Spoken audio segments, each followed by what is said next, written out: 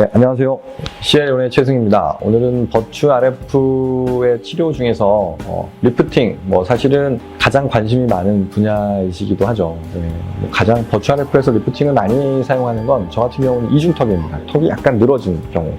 이거는 나이가 들어서 늘어진 경우도 있지만 20, 30대 젊은 사람에게서도 애초에 이렇게 턱이 약간 이렇게 늘어지고 처져 있는 분들이 있어요. 이런 경우에 버추 RF가 굉장히 효과가 좋습니다. 이 버추 RF의 특징 중에서 레이저는 파장에 따라 설명을 하지만 고주파는 진동수에 따라서 우리가 구분을 합니다. 그래서 버추 RF 같은 경우는 이제 0.5MHz에서 1MHz, 2MHz까지 지원을 합니다. 진동수가 작아질수록 침투하는 깊이가 깊어집니다. 피부를 넘어가서 피하 지방층까지 이제 도달할 수 있다는 얘기죠.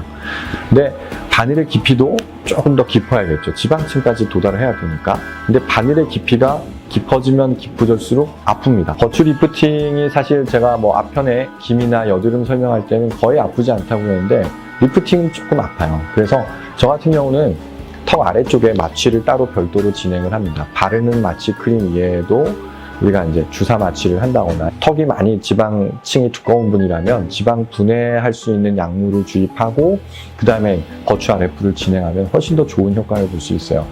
그러면 버추 RF는 모든 이중턱에 효과적인가요? 그렇진 않아요. 네, 우리가 더 효과적인 방법이 있을 때는 그걸 사용하는 게 좋아요. 예를 들어서 요즘 많이 하는 인모드와 같은 고주파는 볼륨이 많으면 더 효과적일 수 있어요. 그럴 땐 그런 걸 먼저 하고 버추 RF를 하면 훨씬 더 좋은 효과를 볼 수 있습니다. 버추 RF 하면 다 리프팅이 얼굴이 쭉쭉 올라가나 그렇진 않아요. 그럴 땐 요즘 많이 하는 울세라, 슈링크 이런 하이프 같은 것들을 같이 병행하는 게 훨씬 좋은 방법일 수 있어요.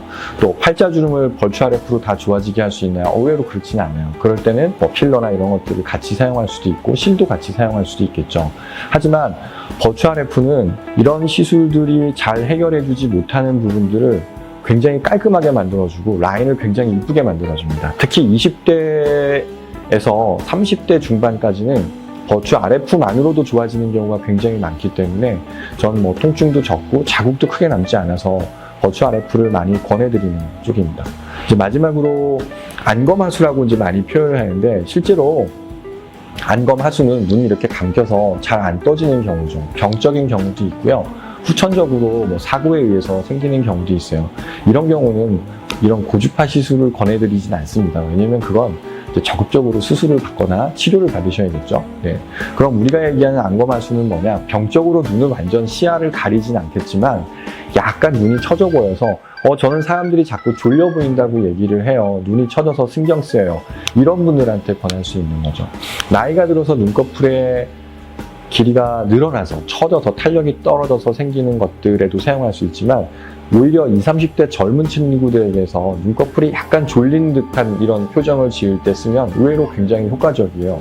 왜 그럴까요? 우리 고주파나 초음파나 다 똑같은 원리를 가지고 있어요. 나이가 들면서 콜라겐이 재생이 되는데 이 콜라겐은 우리가 음식을 먹어서 흡수되는 게 아니라 사실은 파이브로블라스트라고 하죠. 섬유모세포에서 만들어지는 거예요. 20대 초반까지는 이 콜라겐은 어느 정도 보통 맥시멈 30에서 45일까지 보는데 일정한 시간이 지나가면 분해돼서 없어집니다. 그럼 다시 만들어야겠죠?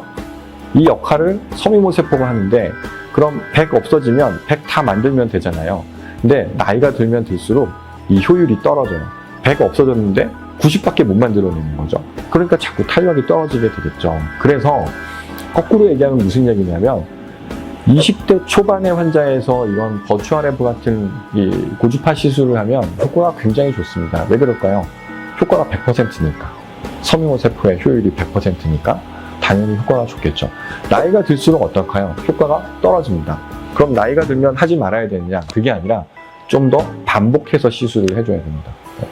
이걸 잘 기억하시면 여러분이 리프팅 시술을 하던 고주파 시술을 하던 초음파 시술을 하던 레이저 시술을 하던 똑같이 갔는데 왜 나는 조금 하라 그러고 어떤 사람은 많이 하라 그러고 이런 차이를 아실 수 있을 거예요. 또 사람에 따라서 이런 피부 탄력의 정도가 다른 경우가 많습니다. 그런 경우에는 조금씩 변화를 주거나 다른 시술을 가미하거나 하면 훨씬 더 좋은 효과를 볼 수 있습니다.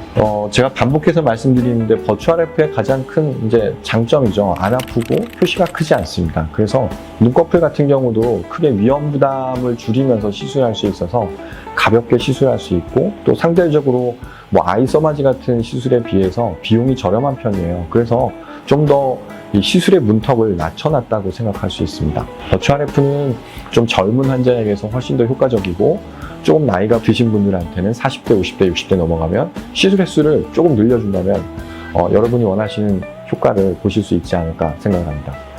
네, 오늘 버추 RF의 리프팅에 대해서 설명드렸습니다. 감사합니다.